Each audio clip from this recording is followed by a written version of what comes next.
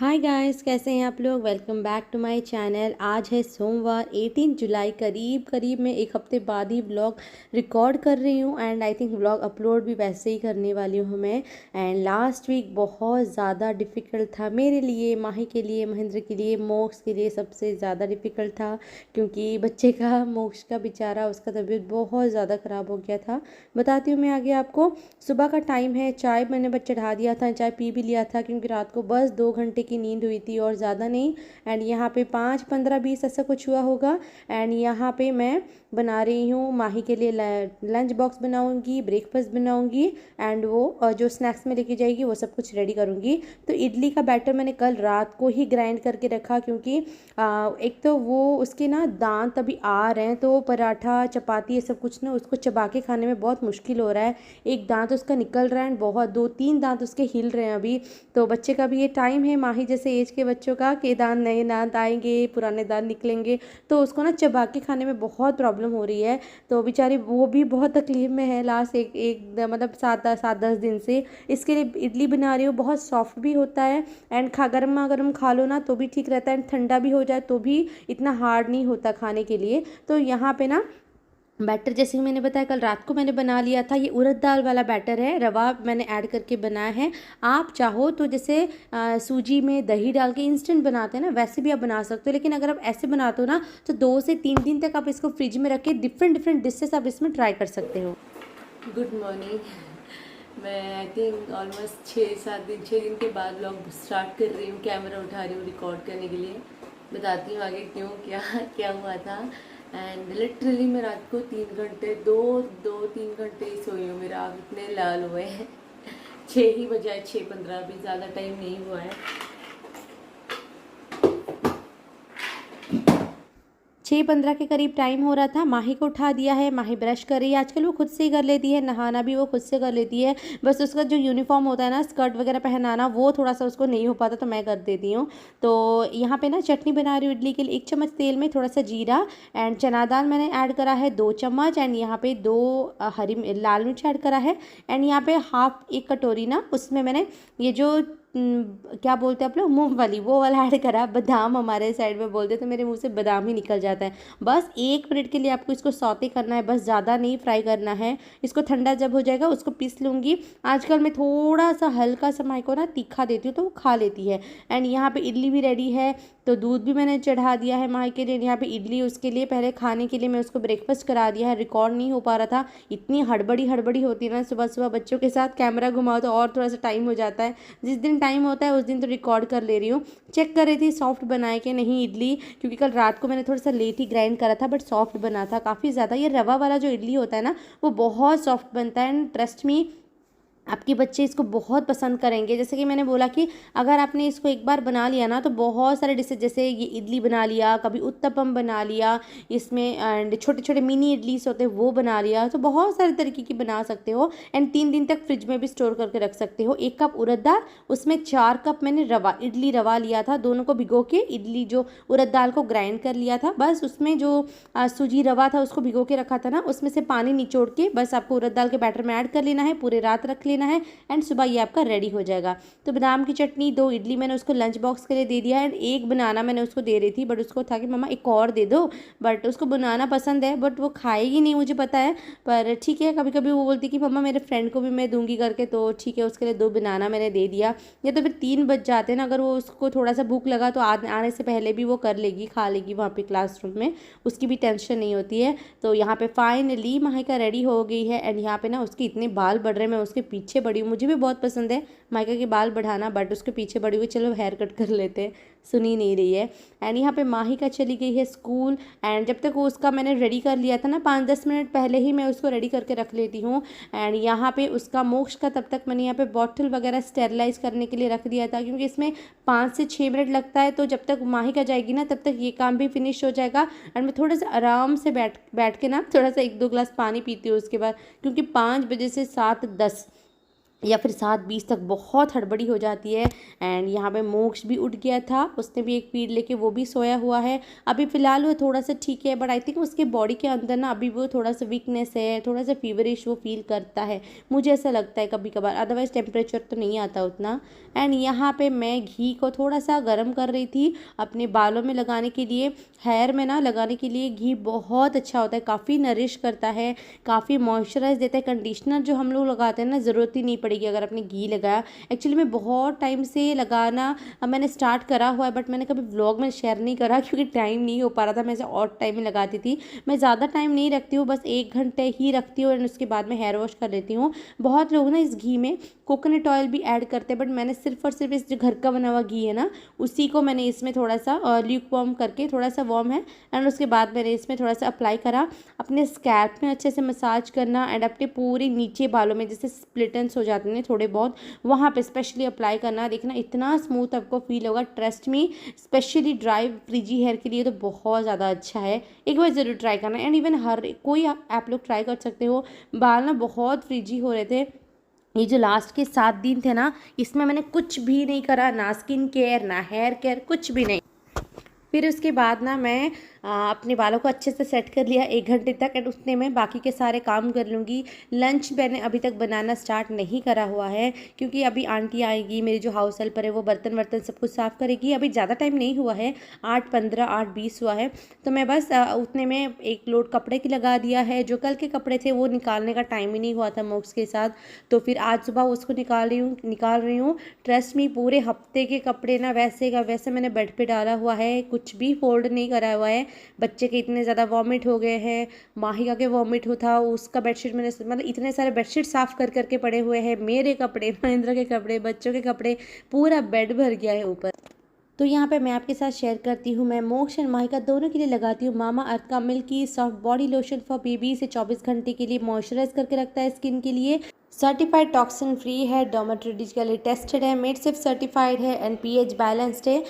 ये plastic positive है and मामा अर्थ एक इंडियन ब्रांड है। जितनी बार भी आप मामा अर्थ से कोई भी प्रोडक्ट ऑर्डर करोगे, they will link your order to it, read that the plan. ये बेबी की स्किन को सॉफ्ट रखता है, नरिश करता है। आप चाहो तो इसको ऑर्डर करने के लिए लिंक वगैरह मैं नीचे डिस्क्रिप्शन बॉक्स में दे दूंगी। अमेजोन पे, मामा अर्थ के वेबसाइट पे, फर्स्ट क्राई पे आपको ईजिली अवेलेबल हो जाएगा। मामा अर्थ के वेबसाइट में भी, मामा अर्थ के ऑफिशियल ऐप में भी आप इसको ऑर्डर कर सकते हो। एंड मेरा coupon code Mahika 2022 for 20% discount आप मामा अर्थ के ऑफिशियल ऐप में, वेबसाइट में, अमेजोन पे मामा अर्थ के कोई भी प्रोडक्ट यूज़ करने के लिए इस जो कूपन कोड है ना उसको यूज़ कर सकते हो।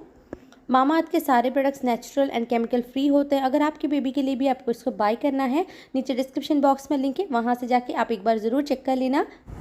अभी टाइम हो रहा है 11:30 एंड मोक्ष अभी उठ जाएगा। मैंने उसको नहाया नहीं है, आज नहाऊंगी। एंड मेरी आँखें आपको बहुत थकी थकी सी लग रही होगी, एकदम लाल लाल होकर, क्योंकि एक तो बहुत इतना ज़्यादा नींद आ रहा है ना, इतना ज़्यादा कि मेरे को कंट्रोल ही नहीं हो रहा है। बट अभी वो मैं सो जाऊंगी ना तो फिर वो आधे घंटे में उठ जाएगा। मुझे बाकी थोड़ा बहुत काम था वो मैं देख रही थी, एंड अभी मैं सोऊंगी तो वो आधे घंटे के अंदर अभी उठ जाएगा, तो फिर मेरा नींद कंप्लीट नहीं हुआ तो और सिर दुखना स्टार्ट हो जाएगा। लेट्स सी फिर नहा के कब तक सोता है। फिर 2 बजे अगर 2 बजे तक अगर फिर जग गया 1-1.5 घंटा, फिर मुश्किल हो जाएगा। 3 बजे तक माही फिर आ जाएगी, फिर उसके बाद सोना नहीं हो पाएगा माही के आने के बाद। तो लेट्स सी, देखो क्या होता है। तो मैं बता रही थी ना कि स्टार्टिंग में लास्ट वाला वीक जो मैंने आपके लास्ट ब्लॉग में भी शेयर करा था कि मोक्स का तबीयत ख़राब था, तो मोक्स को फीवर आया था मंडे एकदम रात को एक बार बस आया था। फिर ट्यूसडे भी पूरा दिन वो सही था, खेल रहा था, फिर रात को बस एक बार उसको फीवर आया था। जब 2 दिन हुआ ना, मंडे ट्यूसडे वेडनेसडे, हमने डॉक्टर से बात करा एंड डॉक्टर ने बोला नहीं अभी वायरल बहुत हो रहा है, क्योंकि आपके घर में ऑलरेडी एक बेबी को हुआ था एंड उसका इम्यून अभी बहुत स्ट्रांग हो गया होगा, माहिका वो बड़ी हो गई है, तो ये बहुत छोटा है, इसका इम्यून इतना स्ट्रांग नहीं हुआ होगा, तो आप उसको एंटीबायोटिक दो, तो क्या पता इन्फेक्शन हुआ होगा, कुछ हुआ होगा। क्योंकि फीवर जो आ रहा था ना एकदम से 101 ऐसे फीवर आ रहा था उसका स्टार्टिंग में, बस एक दिन में आता था दिन में। फिर वेडनेसडे से जब उन्होंने प्रेस्क्राइब करा जो एंटीबायोटिक्स वगैरह, फिर हमने उसको उस दिन से डोज देना स्टार्ट करा रात से। फिर थर्सडे गुरुवार को ऐसे ही पूरा दिन वो सही था, बिल्कुल फीवर नहीं था, कुछ भी नहीं था। फिर शाम को दोपहर को थोड़ा बहुत फीवर आया था, हल्की सी, बस 100 ऐसा 99 100 ऐसा कुछ रहा होगा। फिर शाम को उसको फीवर आया 5 बजे, 100 101 ऐसा फीवर आया। फिर हमने ना उसको स्पॉन्जिंग कराया, मैंने उसको थोड़ा सा अच्छे से पोछा पानी से, फिर उसको पैरास्टामोल दे के आधा घंटा ऐसा कुछ हुआ होगा। हम लोग, मैं, महेंद्र, माहिका, सब लोग ऐसे बैठे हुए थे। माइका को होमवर्क करा रही थी एंड वो अचानक से मैंने उसको मैं अपनी गोदी में ही लेके रखी थी। मैंने उसका ऐसे टच करा ना, तो उसका बॉडी मुझे बहुत ज़्यादा गर्म लगा था। मुझे लगा क्या पता, मैंने उसको टी शर्ट डाला, स्लीवलेस ही मैंने पहनाया था। मुझे लगा क्या पता मैंने उसको ऐसा टी शर्ट डाला है तो उस वजह से उसको गोदी में लिया है, तो उसका नीचे वाला जो मतलब पीठ उसका बहुत गर्म हो रहा होगा, क्या पता। देखो थोड़ा सा थर्मोमीटर ला के मैंने फिर टेम्परेचर उसका चेक करा, 104। मतलब मेरा हाथ पैर ऐसे कांपने लग गए, मेरा दिमाग काम नहीं कर रहा कि 104 में क्या करूँगी उसको 6 बजे शाम के। फिर मैंने उसको फिर थोड़ी देर बाद ना उसको स्पॉन्ज करा के पोछा मैंने तुरंत पानी से। फिर महेंद्र ने फिर चेक करा तो 105 चला गया। पता नहीं वो बॉडी हीट की वजह से चला गया या क्या, पता नहीं क्यों चला गया। ऐसे थर्मोमीटर पे उसको दिखाया हमें, तो हम दोनों ही मतलब समझ में नहीं आया था हम लोग क्या करें। इतने छोटे बच्चे को, बस 6 महीने का होने वाला है वो अभी। तो तुरंत ही माही को हमने हमारे सामने वाले घर पे उसको छोड़ के हम लोग एक हॉस्पिटल गए। हमारे यहाँ पे 2-3 हॉस्पिटल है पास में, 5-10 मिनट की दूरी में। पहले एक हॉस्पिटल गए, वो पीडियाट्रिशियन चाइल्ड हॉस्पिटल नहीं था, लेकिन फिर भी हम लोग गए क्योंकि वो रास्ते में पड़ रहा था, क्योंकि हम इस एरिया में बिल्कुल नए हैं।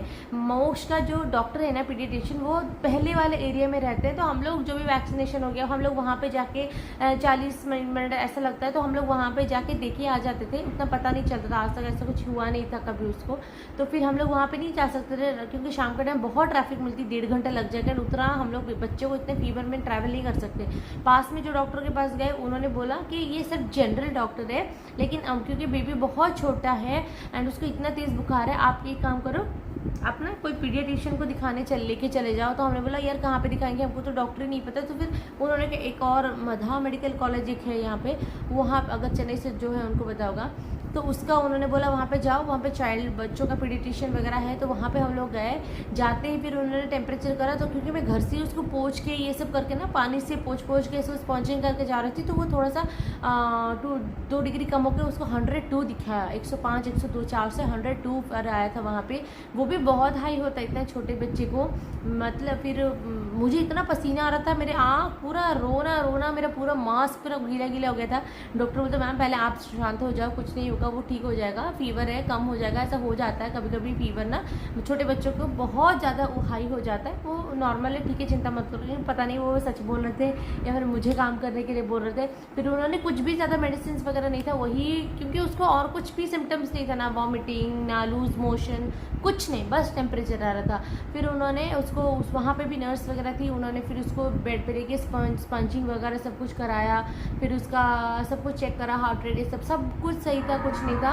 फिर उसको स्पॉन्ज करने के बाद करीब हम लोग वहाँ पे 3 घंटे रुके थे हॉस्पिटल में। फिर माही को मैं यहाँ पे छोड़ कर आई थी, फिर वो थोड़ा सा रिड्यूस हो गया ना, 100 तक आया था, बिलो 100 नहीं आया था उस वक्त। फिर डॉक्टर ने बोला नहीं, जब तक बिलो 100 एटलीस्ट 98 नहीं आता है, मैं तुमको नहीं छोड़ने वाली हूँ यहाँ पे बेबी को लेकर। फिर मैंने बोला यार 9:30 हो रहा है डॉक्टर, मेरी एक बेटी है छोटी सी, हमने उसको किसके घर पे छोड़कर आए हैं, वो भी न्यू है। तो बहुत रिक्वेस्ट करने के बाद उस डॉक्टर ने बोला अच्छा ठीक है, वो मैं भी समझती हूँ प्रॉब्लम है ये भी, ठीक है जाओ, लेकिन कुछ भी इशू होता है रात को आना। मैं बोली हाँ आएंगे, अभी कहाँ पे जाएंगे, भगवान करे रात को कुछ भी ना हो।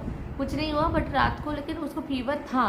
कब तक उसका फीवर था, फ्राइडे सैटरडे तक उसको फीवर बहुत ज़्यादा था। संडे से उसका फीवर थोड़ा सा कम हुआ, मतलब वो जो 100 के ऊपर चला जा रहा था वैसा नहीं था। मतलब सैटरडे संडे ना उसको 100 के ऊपर नहीं जा रहा था, 100 तक ही रहता था, जो 103 102 ऐसा। मतलब क्या ही बोलूँ यार, मतलब क्या मेरे को समझ में नहीं आ रहा था क्यों हुआ। उसका ब्लड टेस्ट भी डॉक्टर को हमने बोला कि यार उसका फीवर तो कम ही नहीं हो रहा है, टेम्परेचर।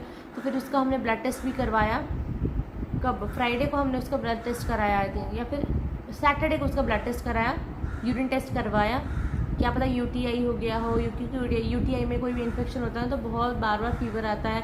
तो कुछ भी नहीं था उसका, यूटीआई भी इन्फेक्शन भी नहीं है ना, ब्लड टेस्ट भी करा, उसमें भी कुछ नहीं निकला। तो डॉक्टर ने बोला वायरल ही है शायद, एंड उसमें बच्चों को बहुत टाइम लग जाता है किसी को, एंड किसी को मेडिसिन थोड़ा सा जल्दी काम करता है, किसी बॉडी में थोड़ा सा लेट काम करता है। अभी उसको थोड़ा बहुत हल्की सी तो फीवर आती है, लेकिन उतना नहीं आता, बट 90 थोड़ा सा ना ऐसा वार्म उसका अभी भी लगता है मुझे टच करने से। पता नहीं यार भगवान ने क्या ही दिन दिखा दिया। ये लास्ट वीक, मतलब आप बिलीव नहीं करोगे, लास्ट सैटरडे माही को फीवर स्टार्ट हुआ, उस सैटरडे से लेके आज मंडे तक, मतलब मैं रात को बस 2-3 घंटे सोती हूँ। मेरे को इतना डर लगता है कि क्या पता आधी रात को इसको टेम्परेचर ना चढ़ जाए, मैं सोती रह जाऊँ, ये कुछ रोए नहीं, मुझे पता नहीं चले। ये जो डर है ना एक, क्योंकि रात को ही बच्चों को बहुत टेम्परेचर आ जाता था, स्पेशली मोक्सन। माही का भी वैसे ही थी, जब उसको बचपन में थी, छोटी थी ना, उसको भी ऐसे एकदम हाई फीवर आना, मतलब 99 100 तक नहीं, एकदम 102 103 ही चले जाता था उसका भी, माही का भी सेम। मोक्स के साथ भी वैसा ही है। अभी पता नहीं, भगवान करे यार। सायरा में कितना बोल रही थी कि यार कम हो जाए कम हो जाए, मुझे समझ में नहीं आता है। बहुत सारे लोग इंस्टाग्राम पे पूछते थे मोना क्या हुआ, 5-7 दिन से ना इंस्टाग्राम पे एक्टिव हो ना यूट्यूब में हो कुछ, मतलब मैं उनको रिप्लाई तक में नहीं कर रही थी, क्योंकि मेरे को मन ही नहीं कर रहा था। एक 2 मिनट के लिए मैं मोक्स रात को क्या करूँगी, जग के तो थोड़ा बहुत देखती थी इंस्टाग्राम ना, तो पता चलता था। फाइनली आज जाके मैंने इतने दिन बाद कैमरा उठाया है, तो यही सब चल रहा है फिलहाल लाइफ में। 3 बजे करीब माही का आ गई थी, अभी 4 साढ़े 4 हो रहा था। एंड वो खा के कभी कभी ना सो जाती है, कभी कभी नहीं सोती है। अभी अपना होमवर्क कर रही थी, एंड कल वो उसके स्कूल में टेस्ट है, तो उसका भी उसको प्रिपरेशन करवाना है मुझे। तो इस व्लॉग को यहीं पे एंड करते हैं। मोक्स अभी सो रहा है वहाँ पे। मिलता है अगले वीडियो में।